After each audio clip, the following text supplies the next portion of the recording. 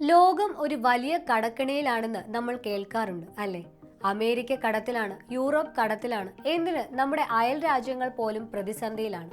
ഇത് കേൾക്കുമ്പോൾ സ്വാഭാവികമായും ഒരു സംശയം വരും. എല്ലാവരും ഇങ്ങനെ കടം വാങ്ങുകയാണെങ്കിൽ പിന്നെ ആരാണ് ഈ പണം കടം കൊടുക്കുന്നതെന്ന്. ഏറ്റവും പുതിയ കണക്കു പ്രകാരം ലോകരാജ്യങ്ങളുടെ എല്ലാം മൊത്തം കടം 324 ട്രില്യൺ ഡോളർ കവിഞ്ഞിരിക്കുന്നു. അതായത് ഇന്ത്യൻ രൂപയിൽ ഏകദേശം 27,000 ലക്ഷം കോടി രൂപ. ലോകത്തിന്റെ മൊത്തം സാമ്പത്തിക മൂല്യം ഏകദേശം 111 ട്രില്യൺ ഡോളർ മാത്രമാണെന്ന് ഓർക്കണം. അതായത് ലോകം ഉൽപ്പാദിപ്പിക്കുന്നതിന്റെ ഏകദേശം 3 ഇരട്ടിയാണ് ഇന്നുള്ള കടം. ഈ അവസ്ഥ എങ്ങനെ ഉണ്ടായി എന്ന് മനസ്സിലാക്കാൻ നമ്മൾ ഒരു 50 വർഷം പിന്നോട്ട് പോകണം.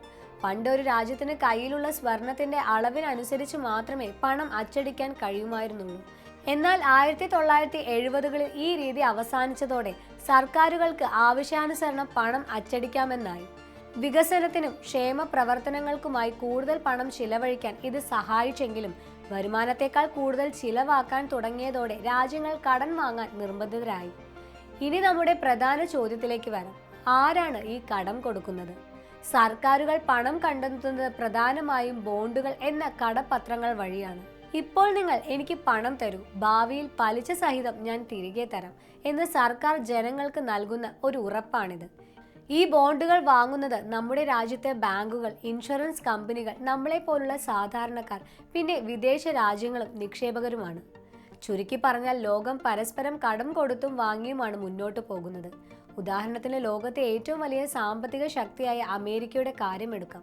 അവരുടെ മൊത്തം കടം ഏകദേശം 37.85 ട്രില്യൺ ഡോളറാണ്. ഇതിന്റെ 70% അവർ തിരികെ നൽകേണ്ടത് സ്വന്തം രാജ്യത്തെ ജനങ്ങൾക്കും സ്ഥാപനങ്ങൾക്കുമാണ്.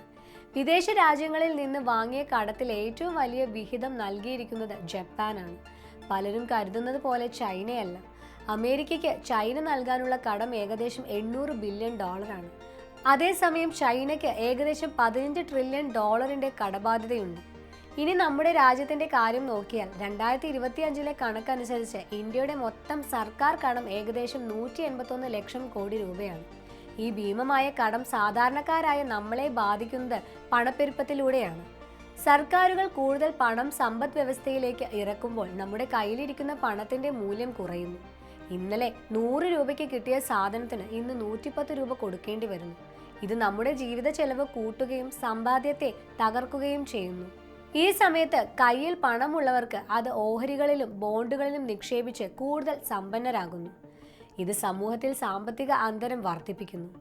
ഇങ്ങനെയുള്ള അനിശ്ചിതത്വത്തിന്റെ കാലത്ത് പലരും തങ്ങളുടെ സമ്പാദ്യം സംരക്ഷിക്കാൻ തിരഞ്ഞെടുക്കുന്ന വഴിയാണ് സ്വർണത്തിലുള്ള നിക്ഷേപം.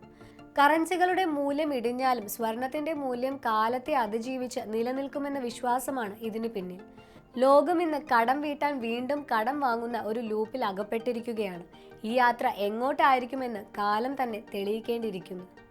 ഈ വീഡിയോ നിങ്ങൾക്ക് ഇഷ്ടമായെന്ന് കരുതുന്നു. ഇഷ്ടമായെങ്കിൽ ഈ ചാനൽ ലൈക്ക് ചെയ്യാനും സബ്സ്ക്രൈബ് ചെയ്യാനും മറക്കല്ലേ. നന്ദി.